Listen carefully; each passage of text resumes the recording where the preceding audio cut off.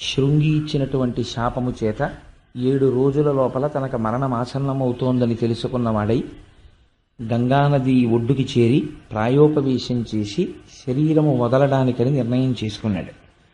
అలా నిర్ణయం చేసుకున్నటువంటి పరీక్షణ్ మహారాజు గారిని చూడడం కోసమని వశిష్ఠ, విశ్వామిత్ర, గౌతమ మొదలై అగస్త్యుడు మొదలైనటువంటి గొప్ప గొప్ప ఋషులందరూ కూడా విచ్చేశారు. అదే సమయంలో మహానుభావుడైనటువంటి శుకబ్రహ్మ కూడా అక్కడికి విచ్చేశారు.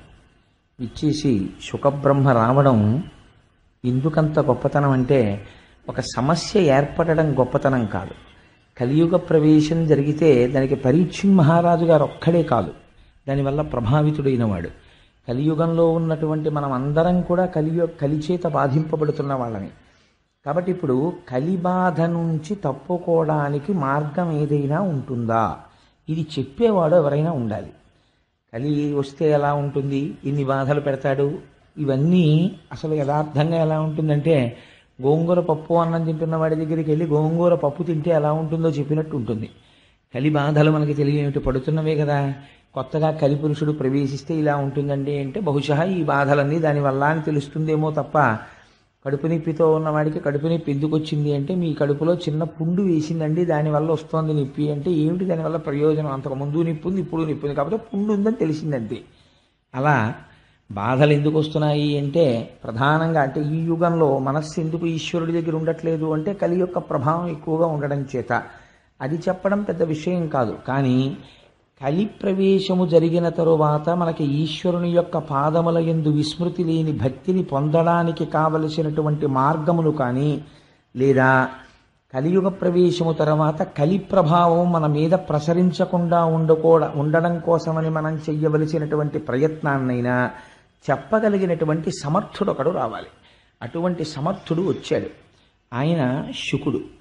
ఆ శుకబ్రహ్మ మహానుభావుడు వచ్చి కూర్చుని పరీక్షణ్ మహారాజు గారితో మాట్లాడడం ప్రారంభం చేశాడు. శుకమహర్షిని చూసి అర్ఘ్యపాద్యాదులు ఇచ్చి కూర్చోబెట్టారు. మీరు ఇక్కడ ఒక విషయాన్ని కొంచెం అంటే, నేను తరచూ విశ్లేషణ చేయడానికి ఒక కారణం ఉంది.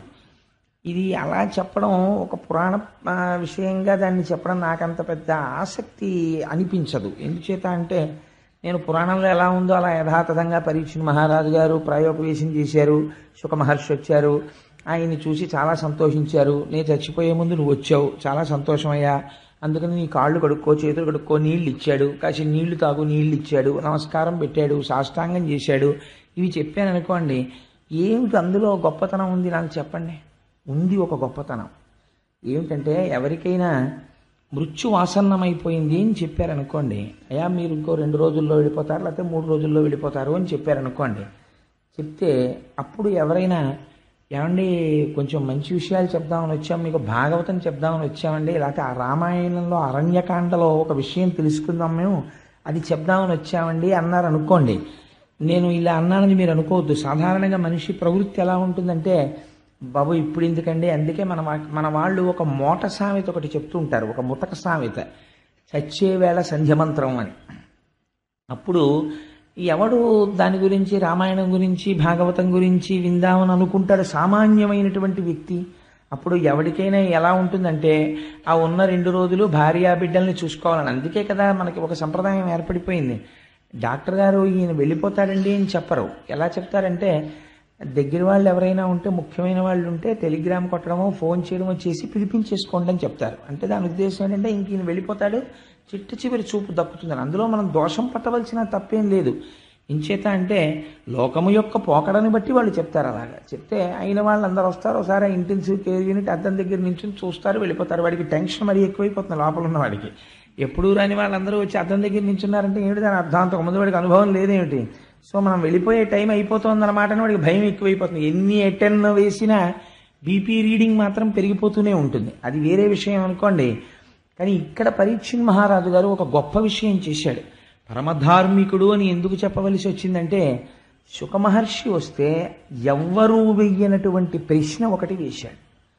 ఈ ప్రశ్న వేస్తే శుకుడు ఏమనాలంటే, ఓ నవ్వు నవ్వి గొప్ప ప్రశ్న అడిగావులేవా, ఇదేం చల్లుతుంది ఏమిటనాలి. వాళ్ళిద్దరు అలా మాట్లాడుకోలేదు, అది విచిత్రం. పరీక్షణ్ మహారాజు గారు అన్నారు, 7 రోజులలో నాకు మరణము ఖాయమన్న విషయము నాకు తెలిసిపోయినది. నేను పాము చేత కరవబడతానని శృంగి శపించాడు. శృంగి నన్ను శపించాడని నేను ఎంత మాత్రమో ఖేదపట్టలేదు. కానీ నేను దేనికి బాధపడుతున్నానంటే, పరమధార్మికులైనటువంటి పాండవుల వంశంలో జన్మించినటువంటి వాడై తపస్సు చేసుకుంటున్నటువంటి బ్రాహ్మీమూర్తి అయ్యున్నటువంటి ఒక మహర్షి యొక్క మెడలో మృత సర్పమును వేశాను. నేను చేయరాని పని చేశాను అని నేను బాధపడుతున్నాను. ఎంత గొప్ప మాట చెప్పాడో చూడండి పరీక్షిత్. ఉరగాధీశులకు నేనొప్పింతు. నేను శృంగి నన్ను ఎలా శపించాడో అలాగే ఈ శరీరాన్ని తీసుకెళ్ళి ఆ పాముకి అప్పజెప్పేస్తాను. మీరు ఆ మాటలు కొంచెం జాగ్రత్తగా వినాలి. వృగాధీశ విశాలంబునకు మేనొప్పింతు, శంకింపను, ఈశ్వర నిర్ణయము మారదు. ఈ శరీరాన్ని తీసుకెళ్ళి వృగాధీశ విశాలంబునకు, పాములకన్నింటికీ కూడా అధిపతి అయిన వాడు ఎవరున్నాడో అటువంటి ఉత్కృష్టమైనటువంటి పాము యొక్క విషానికి ఈ శరీరాన్ని అప్పచెప్పేస్తాను. నేను ఆ పాము రాకుండా ఏం చేద్దాం, ఆ పావుని పట్టే వాళ్ళని ఎవరినన్నా చూడండి, లేకపోతే పాము రాకుండా చుట్టూ అగ్నిజ్వాలలు పెట్టండి, కాపలా కాయండి, ఇంకా సెక్యూరిటీ బీఫప్ చేసేయండి అని నేను ఎప్పుడు అనను. నేను అనేది ఐ యాక్సెప్ట్ ది డెత్. అది అందులో ఉన్న స్టేట్మెంట్. నేను మరణమును అంగీకరించుచున్నాను. ఉరగాధీశ విశానలంబునకు మేనొప్పింతు.